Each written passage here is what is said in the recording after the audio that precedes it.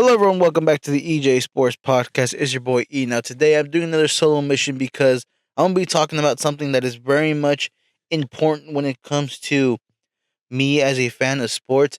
Now, for the people who do not know, I am a kind of casual fan when it comes to this sport, which I'm going to be talking about today, and that is F1. Now, for the people who do not know, this season of F1 is probably one of the best seasons of all time, especially when it comes to the championship race and when it comes to the whole idea of who can become champion. Because in the way, for the people who do not know, F1 has two sort of championship races that people are going for. There's the construction championship, which basically is the team championship, where both teams sort of combine their points and see who's basically the best team out there. And the second one is the individual drivers championship. That's the one that's the most important part because the sort of team championship of the constructors, McLaren won that by a lot. They're at 713 points. Whoever's in second place, which is Ferrari, they're at 356. So that's a clear winner. They're automatically winner. But now this is one of the topics we're going to be talking about. How big or sort of how entertaining this championship season has been when it comes to F1. Also, with only 4 races left, who do I think is going to be champion? Now, before I even say that, the reason why I say I'm a casual, the reason why I say I'm things of that nature, for all the people who do not know, if you're inside the F1 community scene online, this is pretty much a sin what I'm about to say, but I am a Drive to Survive fan. Yep, I know. No, please don't say that. Like, why are you booing? Hey, why are you booing? Hey. I was a fan of that at first. Not right now. When it comes to that, I got my introduction to F1 because of Drive to Survive. My family was never had the resources for me to watch the races live. I've always had to watch them through YouTube or through basically an ESPN or anything like that had any news. But when Drive to Survive happened on Netflix, and I was able to find my means, help my family with for me to get the ability to even watch F1. I became a fan. Of course, I'm not as devoted as many people. I do not have a team I follow. I like some drivers. I like some drivers that I like to follow, but not team specifics. But me being a fan of the sport now has really led me to really see how great the sport can be when there's rivalries and when there's equal enough machinery when people are basically racing. And the reason why I say that is because the drivers championship at one point in the season, I would say like midpoint, the drivers championship was basically wrapped up. Oscar Piastri had basically 100-point gap between him and third place, which was Max Verstappen. Lando was pretty much in that sort of race, and those are the really 3 drivers. You have Oscar Piastri, Lando Norris, and Max Verstappen. But at this point, now after the Grand Prix in Mexico, we have 4 races left. And right now, the championship window is as closest as it can be.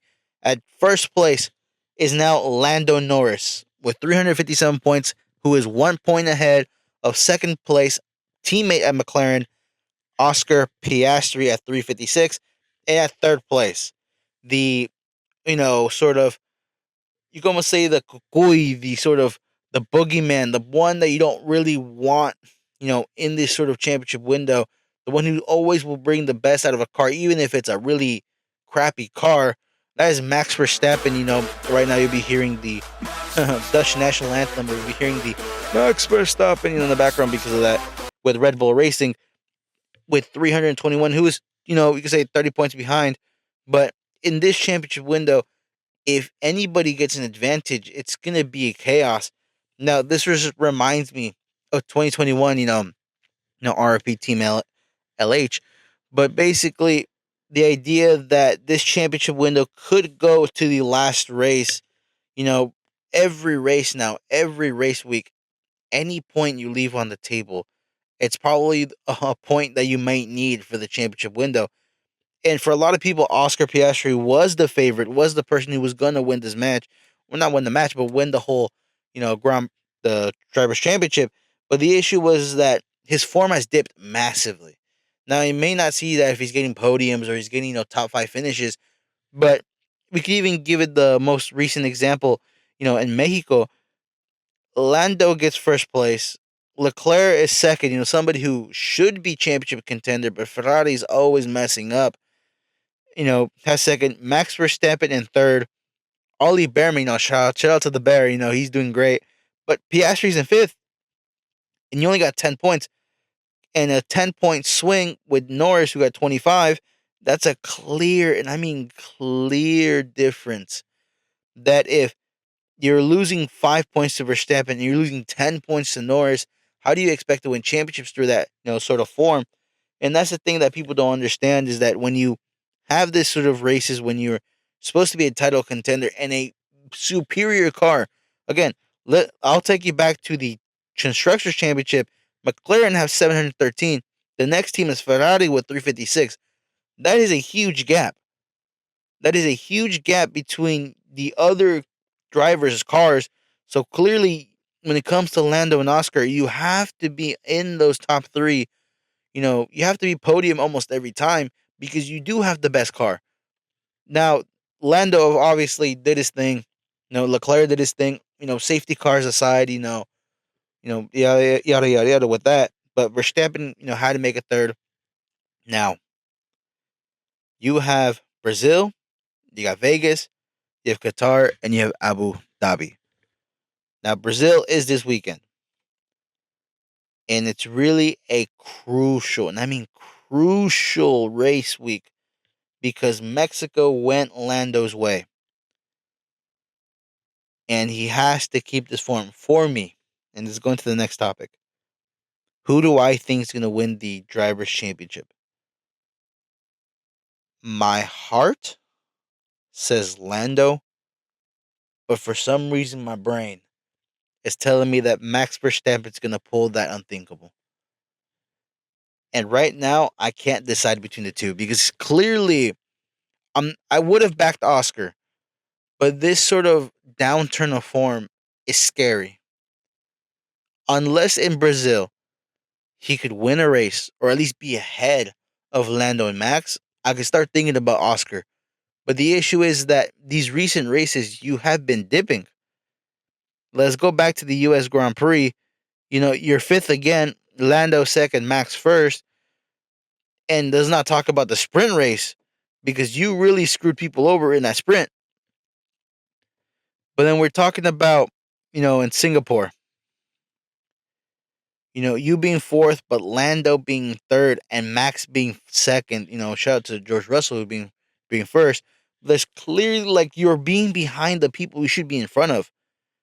And we'll go back one in Azerbaijan. You know, you like it. The idea that you didn't finish, you lost so many points. Max being first, and again, Lando really did not do well this race.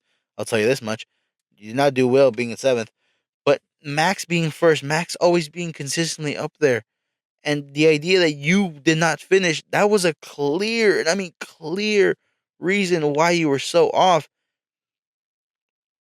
And it's such a thing, and it's a thing where if you're not ahead of the people you need to be ahead of, I can't really sort of pick you in order to win, you know, to win this world championship. And it's the idea of that: do I pick someone like Lando who's notoriously a bottle job?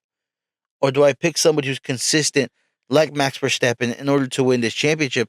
I don't know. I have no idea who I should pick or what I should do in this sort of situation. All right, guys. Thank you guys so much for listening to this sort of miniature episode that I'm doing today. Obviously, as a F1 fan, I would like to talk about this. I'm going to be following very closely of this rest of this season. Um, I will say that Jay isn't much of a fan, but if you do watch our sort of main channel, the It Is EG 408 channel, we'll make sure to have him react to sort of how an F1 fan is, what sort of fans they are, how the sport works. And we'll be talking more about the sport. But thank you guys so much. Please subscribe. And again, for the people that did not watch my video, thank you for 100 subscribers. Thank you so much. I didn't think I'd ever get to this point. This is from the bottom of my heart, from the bottom of Jay's heart. Thank you guys so much.